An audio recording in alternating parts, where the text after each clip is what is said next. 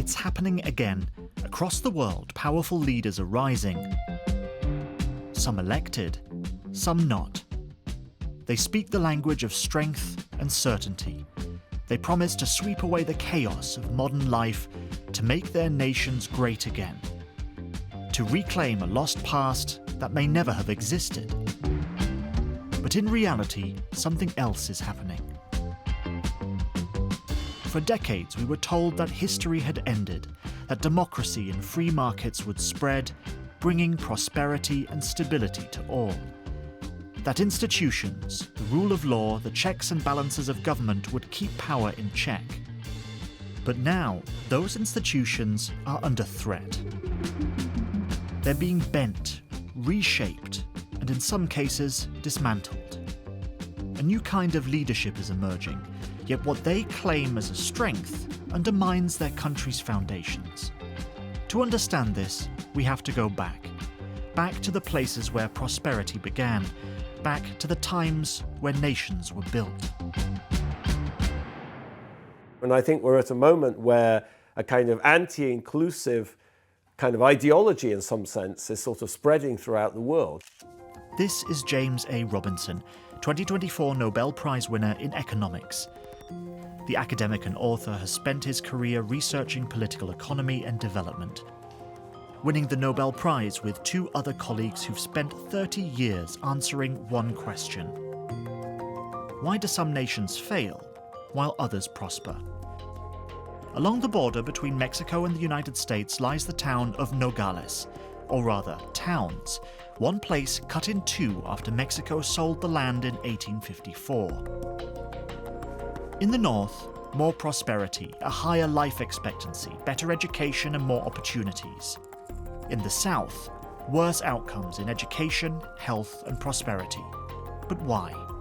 The main idea that we developed is that this is really related to the institutions of different societies and how people themselves kind of organize their societies. And by institutions, I just mean the rules that create incentives and opportunities for people.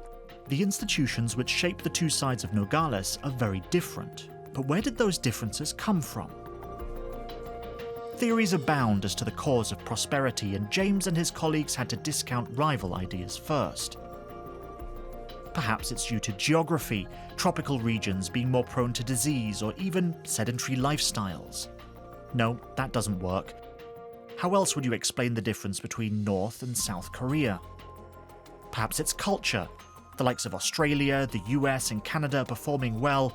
Is it the inheritance of the British Empire? Or a European Protestant work ethic? Wrong again. Germany shared a culture, but was split into West and East, to totally different outcomes. Zimbabwe belonged to the British Empire, but it's performed terribly economically. It's all about how institutions that run a country were established and maintained. Just take the early history of British America, the Jamestown colony. The settlers landed in 1607, intending to copy the Spanish model of taking what they found, but they were in for a rude awakening. You know, the Virginia Company, which started the colony, was a profit-making enterprise. And their idea was the way you colonize in the New World is you capture the local Indian chief, and then you start exploiting the indigenous people. That's what the Spanish did in Mexico, that's what the Spanish did in Peru and Colombia.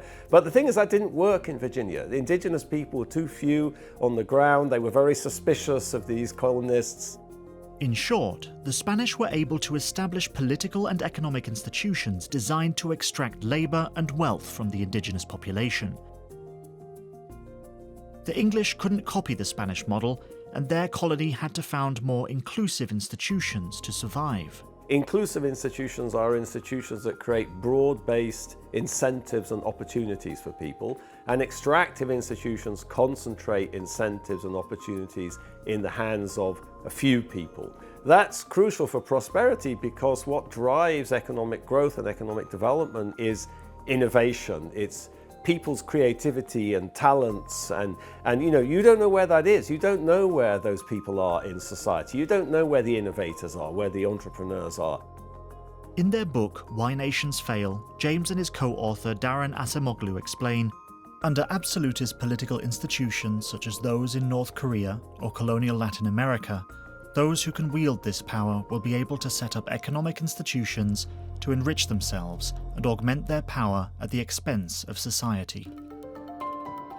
So why don't all leaders choose national prosperity to boost their popularity?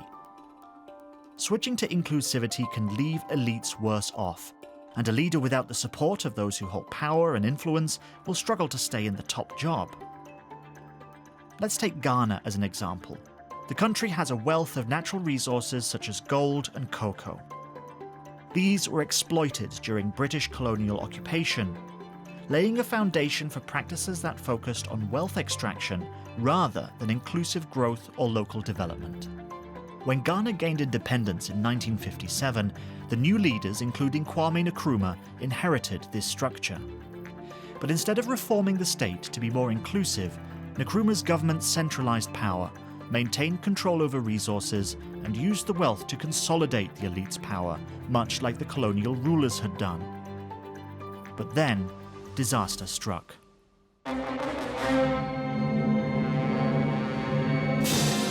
India's Prime Minister, Mrs. Indira Gandhi, meets President Nkrumah of Ghana. That is, he was president at the moment these pictures were taken. 2 days later, he was overthrown in a coup by military forces. Nkrumah was out. Under an extractive system, all the stakeholders with power and influence must be kept happy. But his economic mismanagement and harsh crackdowns on dissent caused growing dissatisfaction among both civilians and the military. After all, it's humans that created these institutions, and it's humans, some humans have an interest in the perpetuation of extractive institutions. But the fact that, once you understand we did this, we created it, or some of us created it, then you can change it, you can recreate it. So I think that's a very empowering message, but not to say that's often a very difficult political challenge to do that. This man makes it his job to study these things. Well, for one thing, avoid the comfortable idea that the mere form of government can of itself safeguard a nation against despotism. Germany, under President Hindenburg, was a republic. And yet in this republic, an aggressive despotism took root and flourished under Adolf Hitler. It's not just the form of government or its ministries or how all holders of power and influence play a role. What I say goes, see? I'm the law around here.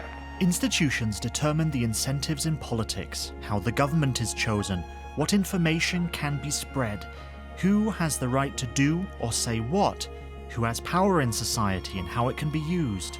How can you ask such a question?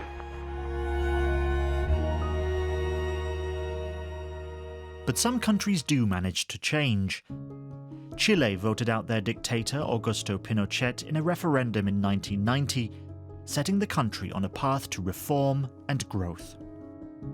They formed, despite the fact that the military had tried to rig the constitution to sort of sustain their project, people came together in this concertación, like a sort of coalition of many groups, to kind of build a different Chile, to get out of the dictatorship, build institutions, and that's been extremely successful for 30 years, very rapid economic growth, falling poverty, inequality. A big difference between Colombia and Chile is that, both have enormous natural resource wealth. In Colombia, it gets used, for patronage and to fund political campaigns. In Chile, it gets used to build infrastructure and schools and improve the quality of people's lives. And that's about the way state institutions function, about the way the civil service functions, about the way people are selected, the incentives they have to kind of, internalize the welfare of society. But what about the biggest economies? First, China. It's undoubtedly economically powerful, but it isn't free or open. And its people, on the whole, aren't prosperous. The country has the second biggest gross domestic product in the world, but its population is also massive. Divide its GDP among each person, work out how much they can actually buy for their money, and China plunges to 79th in the world. You can't actually have a modern, innovative economy under a totalitarian dictatorship. There's no precedent for that in world history, and I think you see lots of mechanisms for why that's not going to happen. Who benefits from inclusive institutions ultimately? ordinary people, the great mass of people. So those people have to have political power to determine institutions. That's the key thing, and they don't have that in China, and that's why I say that's not a sustainable mix.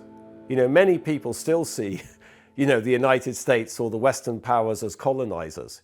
Like Western powers come, they tell you what to do, they kind of, they boss you about, they say if you do this and that, we'll give you money, what you should really do is like be more like us, and that's very annoying for people in the global south, I would say, and I'm not sure it's such a bad thing if there was a rebalancing of that, After all, the United States itself had a long journey to get to where it is today.